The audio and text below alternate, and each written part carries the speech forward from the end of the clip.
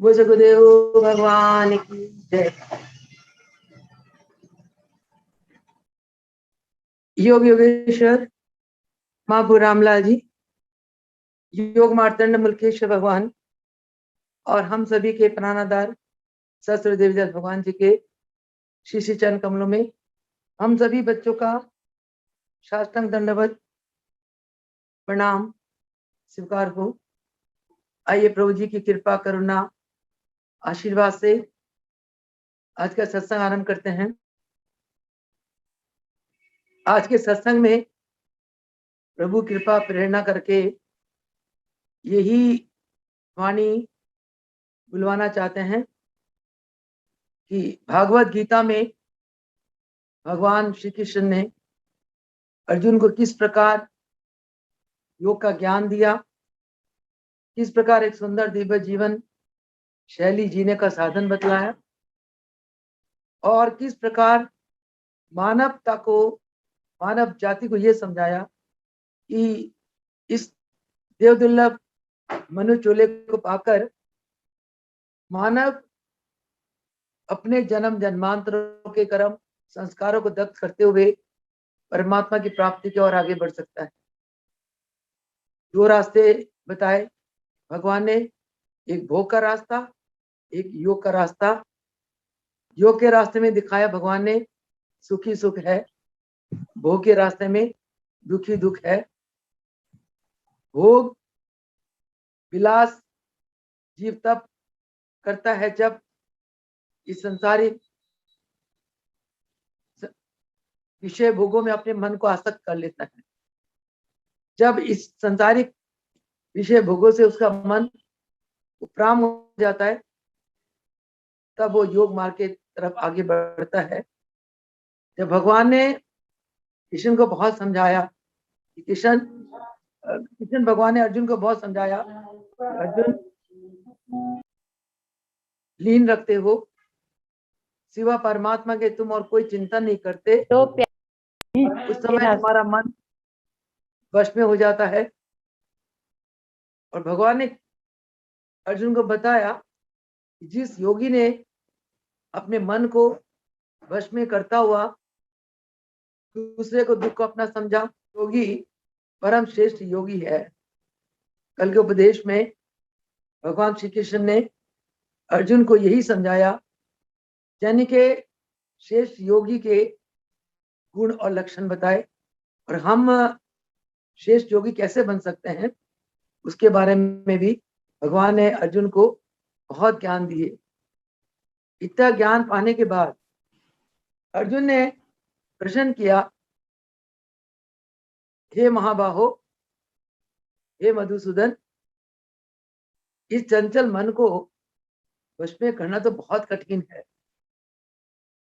इस चंचल मन को, आपने कहा इस मन को वश में करके ही योगी परम श्रेष्ठ योगी बन सकता है, तभी वो परमात्मा में स्थित होता हुआ परमात्मा को पा सकता है। वो परमात्मा में, परमात्मा उसमें एक अभेद अवस्था को प्राप्त कर सकता है। सभी अवस्थाओं का आधारभूत जो है मन की स्थिरता। तो इतना ज्ञान उपदेश सुनकर अर्जुन के मन में ये आता है, ये प्रभु इस चंचल मन को कैसे बांधे।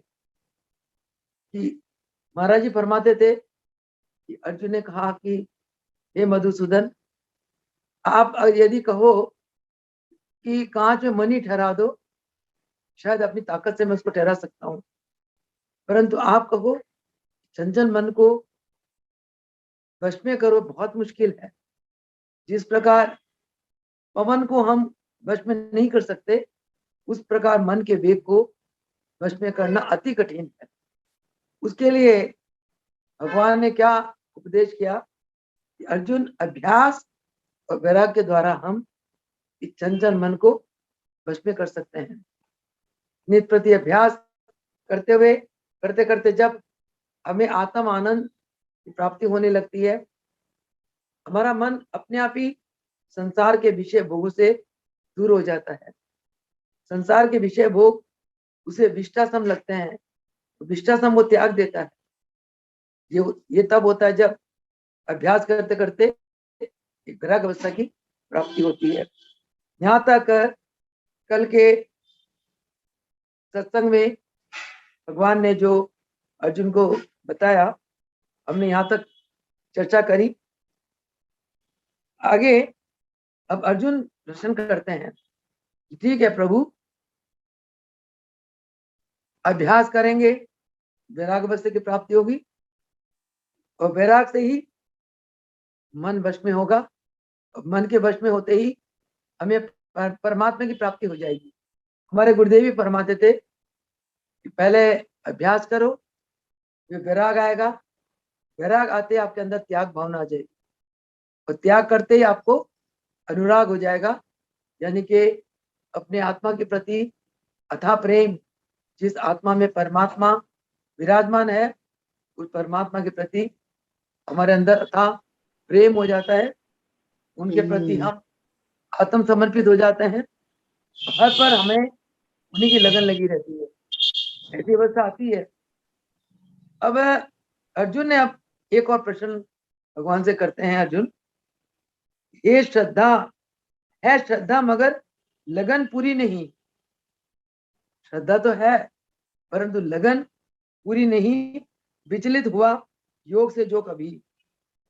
अगर योग करते करते कि कोई अगर विचलित हो गया, श्रद्धा तो है परंतु लगन पूरी नहीं है, आलस मन उसको उसकी लगन में विघन रूप खड़ा हो जाता है। नहीं पा सका योग में सिद्धि जो, गति उसकी क्या हो ये भगवान का हो। कहते कि जो योग में पूर्ण सिद्धि नहीं पा सका, जिसके हृदय में योग के प्रति लगन तो है परंतु श्रद्धा तो है परंतु लगन पूरी नहीं है, वो ना इधर का रहा ना उधर का रहा, ना संसार में पूर्णता मिली उसको, ना योग मार्ग में पूर्णता मिली। कहते हे भगवान, तो उसकी गति कैसे होगी, उसकी गति के बारे में मुझे बताओ। जैसे हम लोग हैं, हमें योग के प्रति पूरी श्रद्धा है, परंतु कभी कभी लगन अधूरी रह जाती है। जितना लगन के साथ हमें अभ्यास करना चाहिए उतना नहीं कर पाते, संसार के कामों में फंस जाते, लगन पूरी नहीं हो पाती। कहते ऐसे लोग, ऐसे अभ्यासी जिन्होंने योग की सिद्धि को प्राप्त नहीं कर ली, जिन्होंने योग की पूर्ण अवस्था को नहीं प्राप्त करी, हे भगवान उनकी क्या गति होती है मुझे बताओ। फिर कहते हैं, अर्जुन पूछते हैं, ना कुछ जिसको संसार का आसरा, प्रभु के भी पद से जो विचलित हुआ दोनों ही और से जो कटे बादल सम क्या वो हो जाता नष्ट। वो कहते हैं कि ना जो जिसको ना ही संसार का आसरा मिला और ना ही प्रभु पद में पूर्णता मिली, प्रभु पद से विचलित हो गया, ना इधर का रहा ना उधर का रहा, तो दोनों मार्ग से ही जो भ्रष्ट हो गया, न संसार का रहा न परमार्थ में उसको पूर्णता मिली। तो कहते जैसे बादल है हट जाते हैं, क्या वो भी ऐसे नष्ट हो जाते हैं? अर्जुन भगवान से प्रश्न करते हैं। और क्या प्रश्न करते हैं? प्रभु पूरी तरह ये शंका मेरी मिटाने को बस योग हो आप ही। मेरी ये शंका जो है, जो भगत न संसार का आसरा पूरा मिलता है न परमार्थ पथ में पूर्णता मिलती है, उस भगत का क्या, वो उस भगत का जीवन नष्ट हो जाता है, उसकी आत्मा नष्ट हो जाती है, उसकी क्या गति होती है? भगवान मुझे बताओ, मेरी संशय को, आप मेरे भगवान है, आप मेरे सखा है, मेरे प्रभु है, तो आप ही मुझे इस संशय को मिटा सकते हैं। नहीं कोई दिखता सिवा आपके, संशय मेरा दूर जो कर सके। हे प्रभु, हे भगवान, आपके बिना मेरा ये संशय कोई भी दूर नहीं कर सकता, कृपा करके आप मेरे संशय दूर करो। भगवान क्या कहते हैं? भगवान कहते हैं, तो भगवान बोले पुरुष ऐसा जो ना लोक और परलोक में नष्ट हो। जो पुरुष लोक में भी नष्ट नहीं होता, न परलोक में नष्ट होता है, अगले लोक में। कर्ता कर्म शुभ ही इंसान है जो, और जो इंसान शुभ कर्म करता है नहीं दुर्गति को कभी पाता हो, उसको दुर्गति कभी नहीं मिलती। यानी कि जो पुरुष इस लोक में भी नष्ट नहीं हुआ और लोक में भी नष्ट नहीं हुआ, जो पुरुष हमेशा शुभ कर्म करता है, कहते हैं उसकी कभी दुर्गति नहीं होती। तो इस ज्ञान से महाराज जी हमें ये समझाना चाहते हैं, हमें कभी भी अशुभ कर्म नहीं करना, कभी भी किसी के लिए बुरा नहीं बोलना, बुरा नहीं सोचना। कोई आपके लिए बुरा सोचे तो ये उसकी बुद्धि है, उसकी सोच है। उसके लिए भी भगवान से दया मांगो, हे प्रभु इसकी बुद्धि ऐसी ही है, इसकी बुद्धि को शुद्ध करो। कोई अशुभ कर्म करता है उसके ऊपर भी दया करो, भगवान से प्रार्थना करो, हे भगवान इसको सद्बुद्धि दो, इसको अच्छाई बुराई का कोई भेद का पता नहीं, अच्छाई का क्या फल है, बुराई का क्या फल है, हे प्रभु इस पर कृपा करो। तो इस प्रकार हमने उस व्यक्ति के प्रति दया भाव रखते हुए भगवान से उसकी भलाई के लिए प्रार्थना करना चाहिए। कभी मन में किसी की बुराई का, तो किसी की प्रति विपरीत भाव मन में कभी नहीं लाना चाहिए। महाराज जी फरमाते थे कि तुम कर्म ना करो, परंतु अगर बुरा विचार ले आते हो तो तुम्हारा वो कर्म बन जाता है। और तुम कर्म कर लो और विचार तुम्हारे बुरे नहीं है, तुमसे कोई गलती हो गई, अनजाने हो गई, तुम्हारे विचार बुरे नहीं थे, कहते वो फिर तुम्हारे कर्म नहीं बनते। विचारों का इतना जबरदस्त प्रभाव हमारे आत्मा में पड़ता है, विचारों का इतना जबरदस्त संस्कार हमारे आत्मा में पड़ता है। इसीलिए कहते हैं कि हमें अपने अंतःकरण को, इनर मोस्ट माइंड को, अंतर मन को, अंतःकरण को हमें हमेशा शुद्ध, पवित्र, स्वच्छ, निर्मल रखना चाहिए। भगवान कहता है कि मेरे को कोई धन से नहीं खरीद सकता, मेरे को कोई दौलत से नहीं खरीद सकता, मेरे को कोई मान सम्मान देकर नहीं खरीद सकता है, मेरे को कोई ज्ञान से नहीं खरीद सकता।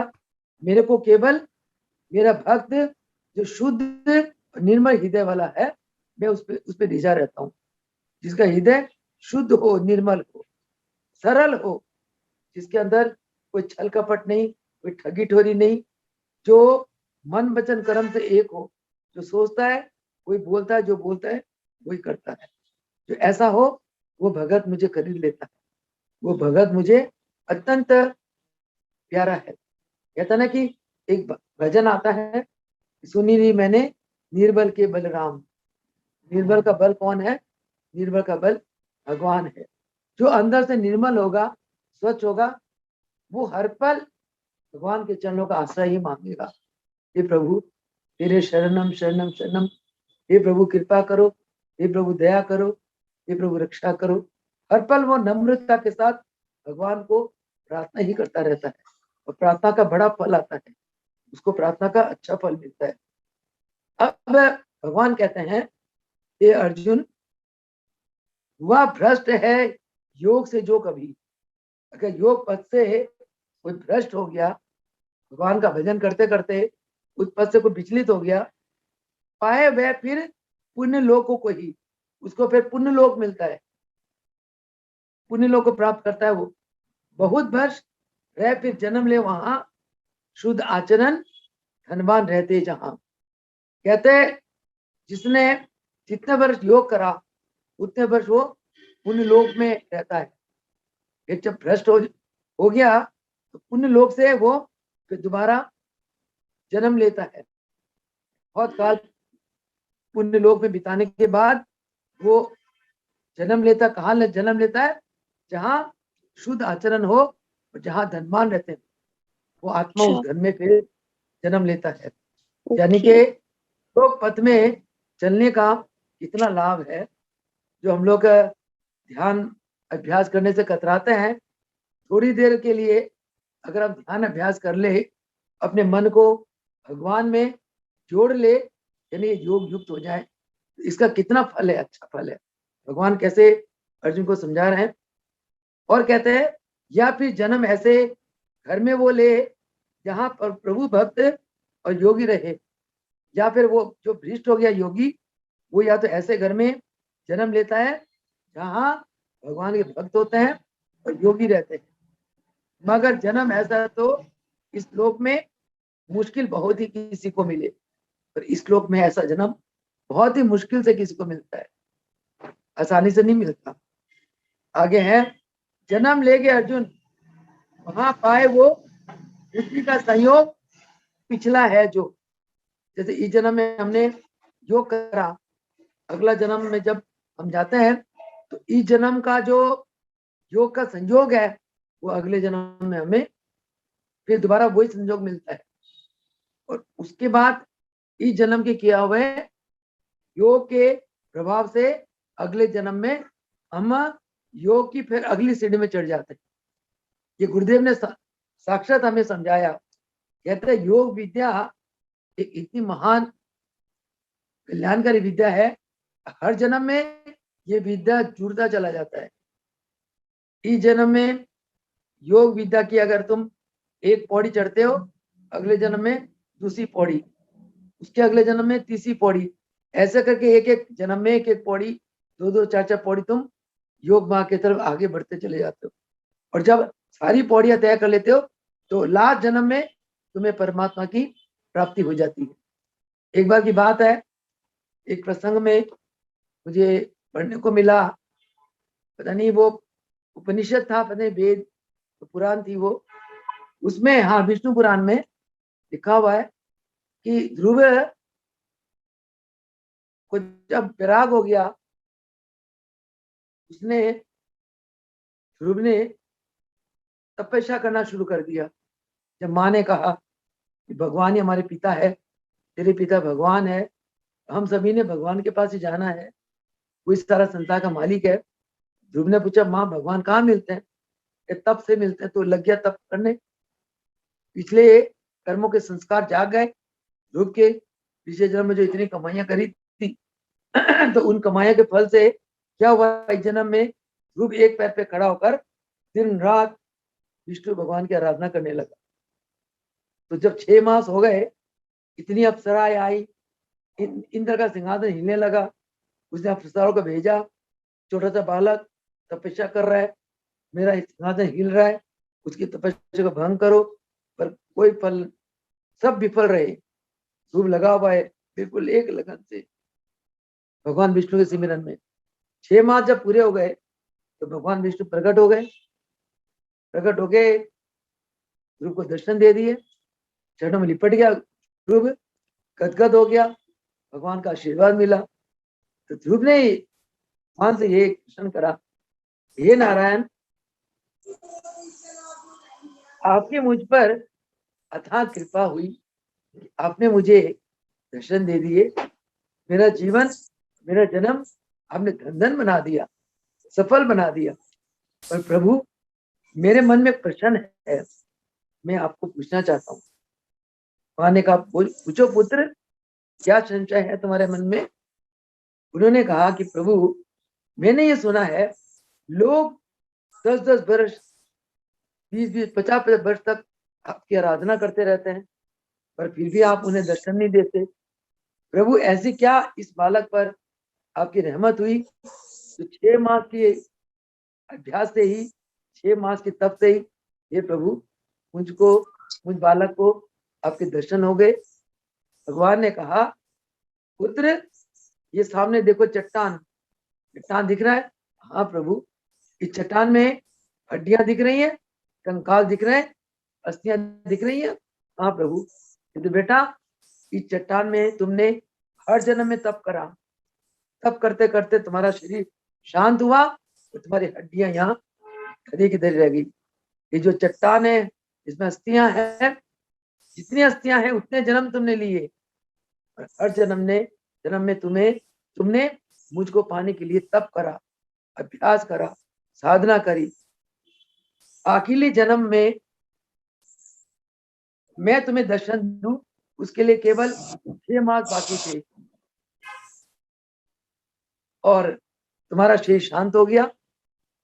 इस जन्म में वो 6 मास तुमने तप का पूर्ण कर लिया, तुम्हारा तप का काल पूर्ण हुआ, तो मैं तुम्हारे आगे मुझे प्रकट होना पड़ा। तो ध्रुव गदगद हो गया, चरणों में पड़ गया। तो कहने का भाव ये है कि एक जन्म में जो हम शुभ कर्म करते हैं, तप करते हैं, स्वाध्याय करते हैं, आत्मा के कल्याण के लिए कोई भी कर्म करते हैं, अगले जन्म में वो कर्म जुड़ जाता है। इसके अतिरिक्त इस जन्म में हमारी धन की कमाई, संपत्ति की कमाई, एजुकेशन, पढ़ाई, कोई इंजीनियर बनता, कोई वकील बनता है, कोई व्यापारी बनता है, ये जो कोई डॉक्टर बनता है, कोई पीएचडी कर लेता है, ये जो पढ़ाई है वो इस जन्म के जब हमारा शरीर शांत हो जाता है तो वो पढ़ाई जन्म की यही रह जाती है। अगले जन्म में भाई फरमाते थे तुम्हें वकील बनना है, इंजीनियर बनना है, वैद्य बनना है, अगले जन्म में तुम्हें फिर नए सिरे से ABCD तुम्हें यह कह के पढ़ना पड़ेगा। तो संसारिक पढ़ाई तो उसी जन्म में समाप्त हो जाती है, परंतु योग की पढ़ाई है, जो आत्म ज्ञान की पढ़ाई है, आत्मा की पढ़ाई है, ये हर जन्म में जुड़ती चली जाती है। वही भगवान ने कहा कि तुम जो जिसने इस जन्म में योग करा, अगर वो का योग भ्रष्ट हो गया, अगले जन्म में वो ऐसा घर में जाता है जहाँ प्रभु भक्त हो या योगी रहे, परंतु ऐसा जन्म अर्जुन बहुत मुश्किल से मिलता है। आगे भगवान कहते हैं जन्म लेके अर्जुन वहां पाए वो बुद्धि का संयोग पिछला है, जो जब किसी भी घर में ऐसा भक्त जन्म लेता है, ऐसी आत्मा जन्म लेती है, तो पिछला जो बुद्धि का संयोग है, संयोग के कारण इस जन्म में उसकी और भी भक्ति मार्ग में वो ऊंचाई मिलती है। करे यत्न अब बढ़ के पहले से ही दिखाता असल पिछला अभ्यास। पिछला जो अभ्यास करा, उस अभ्यास के फलस्वरूप इस जन्म में उसके और ऊंचाइयों में तक पहुंचने के लिए वो अभ्यास करता है। यही कारण है, अब एक घर में मानो 4 बच्चे हैं, चारों बच्चों की जो आध्यात्मिक मार्ग में जो चारों बच्चों की जो आध्यात्मिक मार्ग में रुचि है वो अलग अलग है। ऐसा क्यों? कोई बच्चा बहुत ज्यादा भक्ति करता है, कोई कम करता है। एक ही बाप का बच्चा है, कोई नाम ही नहीं लेता, कोई मानता ही नहीं है, कोई भौतिक दुनिया को सब कुछ मानता है, पतित्व में जाता है। ऐसा क्यों? क्योंकि हर एक आत्माओं के पिछले जन्म के अभ्यास की जो स्तर है वो अलग अलग। इस जन्म में जिसने जिस स्तर तक अभ्यास करा, अगले जन्म में उस अभ्यास के फलस्वरूप भगवत मार्ग के प्रति वो और भी आकर्षित हो जाता है। यही कारण है कि एक घर में कई बच्चे होते हुए भी हर एक की भगवत प्राप्ति की तरफ रुचि अलग अलग है। इसलिए हमें किसी को कुछ कहने की आवश्यकता नहीं है। हर इंसान अपने पिछले जन्म के कर्म संस्कार के अनुसार इस जन्म में कर्म करता है। महाराज जी फरमाते हैं प्रवचन में कि एक आत्मा जब शरीर छोड़ती है, पंच तत्वों के बना हुआ शरीर पंच तत्वों में विलीन हो जाता है और आत्मा कर्म संस्कार स्वभाव की कोटिली को लेकर अगली यात्रा करती है। कोई भी आत्मा शरीर छोड़ने के पहले क्या लेकर निकलती है शरीर से? संस्कार, कर्म संस्कार और स्वभाव। और वो आत्मा अपना सिमिलर स्वभाव घट देख लेती गर्भ, और जो गर्भ उसके स्वभाव से मैच खाता है वो आत्मा उसी गर्भ में प्रवेश कर जाती है। तभी कहते हैं जो देवी भगवान का ध्यान भजन करती है, जो घर के पिता सात्विक है, सदाचारिता में है, सत्य के आचरण करते हैं, भगवत प्राप्ति के रास्ते में रहते हैं, उस घर में उच्च कोटि की आत्माएं उस माँ के घर में प्रवेश कर जाती है। तभी तो भगवान राम ने राजा दशरथ के घर जन्म लिए, तो माता कौशल्या राजा दशरथ बहुत धर्मपरायण थे, बहुत भगत थे, बहुत अभ्यासी थे। उसी प्रकार कृष्ण भगवान ने वो देवकी जी के घर में जन्म लिए। वो बहुत उच्च कोटि की देवी थी। जितने हमारे प्रभु जी देखो, महाप्रभु रामलाल जी, पंडित गंगाराम जी, माता भगवंती, वो बहुत उच्च कोटि धर्मपरायण, वो पति थे, भगवत मार्ग में चलने वाले, बहुत महान विशाल वो आत्मा, उच्च कोटि की आत्माएं थी। तभी उनके घर में भगवान का अवतार हुआ। तो ये होता है कि महाराज जी का फरमान है कि जो आत्मा जैसी होती है वो ऐसे घट को देख लेती है तो वहां प्रवेश कर जाती है। तभी भगवान ने देखो द्वापर युग में ये कह रहे हैं, तो करे यत्न अब बढ़ के पहले से ही दिखाता असर पिछला अभ्यास। आगे भगवान कहते हैं, संस्कार पिछले दिखाते हैं, जोर खींच जाता है मन प्रभु की ओर। ऐसा क्यों होता है? बचपन में हमारा मन कुछ और होता है, जवानी में कुछ और होता है, प्रौढ़ अवस्था में कुछ और आता है, बुढ़ापन में कुछ और होता है। क्योंकि जैसे जैसे हमारी उम्र बढ़ती है, हमारे पिछले संस्कार जाग जाते हैं, अच्छे संस्कार, वो हमें परमार्थिक राह की तरफ वो संस्कार धकेलते हैं और हम चलते चले जाते हैं।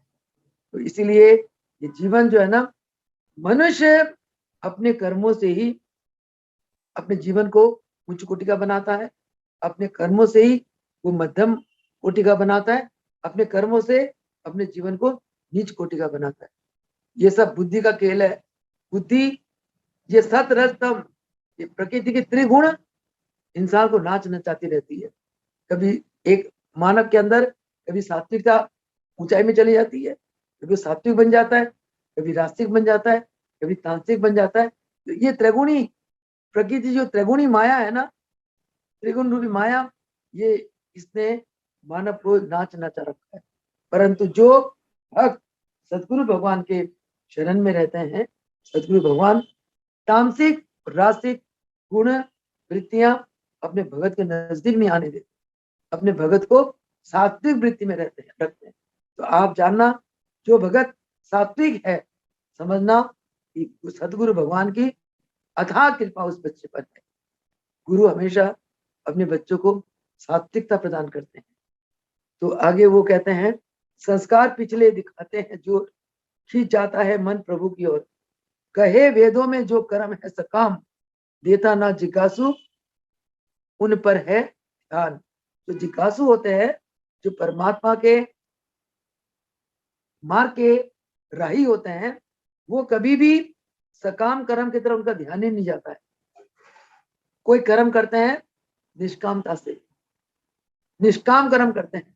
निष्काम कर्म कर्म योगी का प्रमुख लक्षण, उसी को कर्म योगी कहते हैं, जो निष्काम कर्म करते हैं। उनको सकामता से कोई मतलब नहीं होता। जो प्रभु मार्ग के राही होते हैं, जो भगवान के भगत होते हैं, कहते हैं कि वेद वेद ऐसा कहते हैं, कहते हैं जिज्ञासु जो होते हैं वो सकाम कर्म की तरफ उनका कोई ध्यान नहीं जाता। आगे भगवान कहते हैं अर्जुन को, अर्जुन योगी यतन से जो इसमें लगे सभी पाप है जिसके नष्ट हो चुके। कहते जिसका सब पाप नष्ट हो जाता है, वही योग मार्ग में पूरे लगन के साथ लगा रहता है। नहीं तो हमारे पाप कर्म हमें भगवान के रास्ते से विचलित कर देते हैं, हमारे अपने कर्म। तो इसीलिए सेवा कर करके, वो भी निष्काम सेवा करके, जिसने अपने पाप कर्म को नष्ट कर लिया, वही योग रास्ता में योग योग विद्या को अपनाते हुए योग रास्ता में पूरी लगन के साथ आगे बढ़ता चला जाता है। बहुत जन्म लग के हुआ शुद्ध, जो गति परम पा लेता है योगी वो। कहते हैं जो योगी अनेक जन्म ले लेके अभ्यास करते करते जिसने अपने बुद्धि को, अपने अंतकरण को शुद्ध कर लिया, वही योगी परम गति को पा लेता है। देखो हमारे प्रभु जी इतने दयालु है, इतने दया के सागर है। जो बच्चे इनके चरणों में आ जाते हैं, उनके अंदर आत्मा को धो देते हैं। कैसे? अपने बच्चों के अहंकार ले लेते हैं। जब तक अहंकार खड़ा है हमसे पाप ही पाप होते चले जाते हैं, और जैसे अहंकार चला जाता है सारे पाप नष्ट हो जाते हैं, हम पुण्यात्मा बन जाते हैं। गुरु कहते हैं तुम अपने अहम मेरे को दे दो, सब मेरे से ले जाओ। मुझे कहा महाराज जी ने, कई बार मैं जैसे शुरू में नामदान लेने के बाद मुझे नशा होता था, मैं महाराज जी को ये चढ़ाऊं ये चढ़ाऊं, रामनवमी पे गुरु पूजा पे गुरु को ये भेंट करूं ये भेंट करूं, दिन रात दिमाग में यही लगा रहता था। आज जाना है, आज अंगूर लेके जाना है, और अंगूर चक्के मीठे मीठे लेके जाना, जब भी जाना मार्ग के चरणों में जो भी फल लेके जाना वो चखना, स्वाद हो तब लेके जाना। ऐसे बड़े भाव आते थे। लेकिन महाराज जी ने बुलाया, तो बेटा क्या सोचती है ये संसारिक वस्तुओं से गुरु को रिझा लेगी? कहते तेरा गुरु जो है ना इन संसारिक चीजों से नहीं रिझता। मैं चुप हो गई। कहते गुरु केवल रिझता है कि गुरु को अहम दे दो और सेवा के लिए अपना समय दे दो, और बाग से तोड़ के एक श्रद्धा का फूल चढ़ा दो, गुरु को वही प्यारा है। कहते तेरे गुरु को कुछ नहीं चाहिए तेरे से, तेरे पास समय है तो समय दे दे और अपना अहम मेरे को दे दे और मेरे से सब कुछ ले जा। अहम लेना देना क्या होता वो तो उस समय बच्ची थी मैं, नहीं समझ पड़ी, अब समझ आती है अहम क्या होता है। ध्यान में बैठते बैठते पता चलता है कि अहम क्या चीज है और किस चीज को मारना है, जड़ से मारना है। उस समय बस यही सोचा कि भाई सेवा वाला मार्ग तो बहुत अच्छा मार्ग है, सेवा करेंगे, गुरुदेव जो कहेंगे सदवचन सदवचन, गुरु के आगे में रहेंगे, सेवा करना ये तो आसान मार्ग है, ना चिंता ना फिक्र ना कुछ करना ना लेना देना, जो गुरु कहे सेवा के लिए खड़े रहो, जो गुरु कहे करते चले जाओ। तो ये एक लगन अंदर से आई और ये प्रभु की कृपा है जो खींचते चले चले गए, उनकी बहुत दया है। आगे भगवान कृष्ण अर्जुन को कहते हैं योगी तपस्वी से भी श्रेष्ठ है। योगी को तपस्वी से भी श्रेष्ठ कहा गया। जैसे ध्रुव ने तपस्या करी, तपस्या करके भगवान को पा लिया, कहते योगी उससे भी श्रेष्ठ है और कहलाए ज्ञानी से भी अधिक बढ़ के हैं। योगी ज्ञानी से भी बढ़ के, योगी का मतलब जो अपनी आत्मा को भगवान के दिव्य स्वरूप में अभेद कर देता है, जिसके अंदर अहम खत्म हो गया, जिसके अंदर तेरा मेरा द्वैत द्वैत भाव खत्म हो गया, जो अद्वैत मत में आ जाता है, जो मैं हूं वो तू है, जो तू है वो मैं हूं। यानी कि जिसको आत्म अवस्था का ज्ञान हो जाता है, जो अपनी आत्मा में देखकर आकर देखता रहे ये तो परमात्मा है, मैं तो हुई नहीं, यानी कि अहम का समूल नष्ट हो जाता है, वो योगी है। कहते योगी ज्ञानी से भी बढ़कर है, कर्म कांडी से समझ बेहतर उसे, अर्जुन तू भी योग बन। इसलिए जो कर्म कांडी होते हैं, पूजा पाठ जप हवन यज्ञ, ये सब कर्म कांड कहते हैं। जो कर्म कांडी होते हैं कहते योगी उसे बढ़ के है। एक श्लोक है, क्या तपस्या भयो योगी ज्ञानी भयो योगी, ऐसा कुछ है, ध्यान में नहीं आ रहा। वो एक श्लोक है कि योगी तपस्वी से श्रेष्ठ है, योगी ज्ञानी से श्रेष्ठ है, योगी कर्म कांडियों से भी श्रेष्ठ है। इसलिए भगवान ने कहा अर्जुन तू योगी बन, सबसे श्रेष्ठ बन, क्योंकि तू मेरा परम मित्र भी है, तू मेरा भगत भी है, तू मेरा शिष्य भी है। लास्ट में इस छठे अध्याय के आखिरी सूत्र भगवान कहते हैं सभी योगियों में है श्रद्धालु जो, सभी योगियों में है श्रद्धालु जो, करे मुझ में ही लीन मन अपना वो। कहते योगियों में, योगी का मतलब जो योग युक्त है, और कहते उन योगियों में जो सबसे ज्यादा श्रद्धालु है वही अपना मन मेरे में लीन कर देता है। भजन जो करे हर समय मेरा ही, जो हर समय मेरा ही गुण गाता रहे, मेरा ही भजन करता रहे, मत मेरे में श्रेष्ठ योगी वही, मेरे मत में मेरे विचार में वही श्रेष्ठ योगी। तो ये छठा अध्याय जो है आत्म संयम योग, इसमें भगवान ने अर्जुन को श्रेष्ठ योगी परम योगी और के गुण बताए, और बार बार अर्जुन को यही उपदेश दिया, अर्जुन योग कर, योगी बन, योगी सबसे श्रेष्ठ है। तो इन्हीं शब्दों के साथ आज का ये 6वां अध्याय आत्म संयम योग, ये अध्याय को भोग डालते हैं, समाप्त करते हैं और प्रभु जी के चरणों में बार बार यही शुक्राना करते हैं, हे प्रभु आप धन्य है, धन्य है, धन्य। क्योंकि द्वापर युग में भगवान कृष्ण ने अर्जुन को उसके कल्याण के लिए उपदेश दिया, हे प्रभु आप जी ने योगेश्वर भगवान बन के हम बच्चों को वही उपदेश दिया, उन गहनतम उपदेशों को आप जी ने सरलतम करके हमें अपने जीवन में उन योग के ज्ञान को, योग विज्ञान को अनुभूत कराया। क्योंकि योग को अनुभूत करने का मतलब ईश्वर को पा लेना, ईश्वर को अनुभूत करना, ये केवल पूर्ण परिपूर्ण सदगुरु भगवान ही कर सकते हैं। ऐसे भगवान को हम सभी बच्चों का बार बार रोम रोम कोटिस कोटिस श्वास श्वास प्रणाम। योगेश्वर महापुरुष रामलाल जी, योगेश्वर मुल्केश्वर भगवान, योगेश्वर देवी दयाल भगवान, जो योगेश्वर मन के धरातल में अवतरित हुए, हम बच्चों को दर्शन दिए, हम बच्चों को अपने चरण शरण लगाए और हम बच्चों को योग की सेवा देके हमारा जीवन जन्म धन्य किया और हमें योग की राह दिखाकर हमारा अत्यंत अथाह हमारा कल्याण करा, हमारा जीवन को दिव्य बनाया, इस जन्म को सफल बना दिया। मैं तो यही कहती हूँ, आगे हमारा कर्तव्य है, हमारा धर्म है, क्या है, हमने नित प्रति अपने आप को योग रास्ते में आरूढ़ रखना है, न दाएं देखना, न बाएं देखना, न पीछे देखना, केवल एक लक्ष्य परमात्मा की प्राप्ति के लिए हमने अपना जीवन को किस प्रकार योग में बनाना है, उसी के लिए हमें हर पल तत्पर रहना चाहिए। यही हमारे प्रभु जी का हमारे लिए उपदेश है, हमारे लिए आदेश है, हमारे लिए आज्ञा है। ये आज्ञा का हमें हमेशा हमेशा अपने जीवन में पालन करना चाहिए, तभी हमें गुरुदेव की कृपा करुणा आशीर्वाद की प्राप्ति होगी। इन्हीं शब्दों के साथ आज के सत्संग को विराम देते हैं।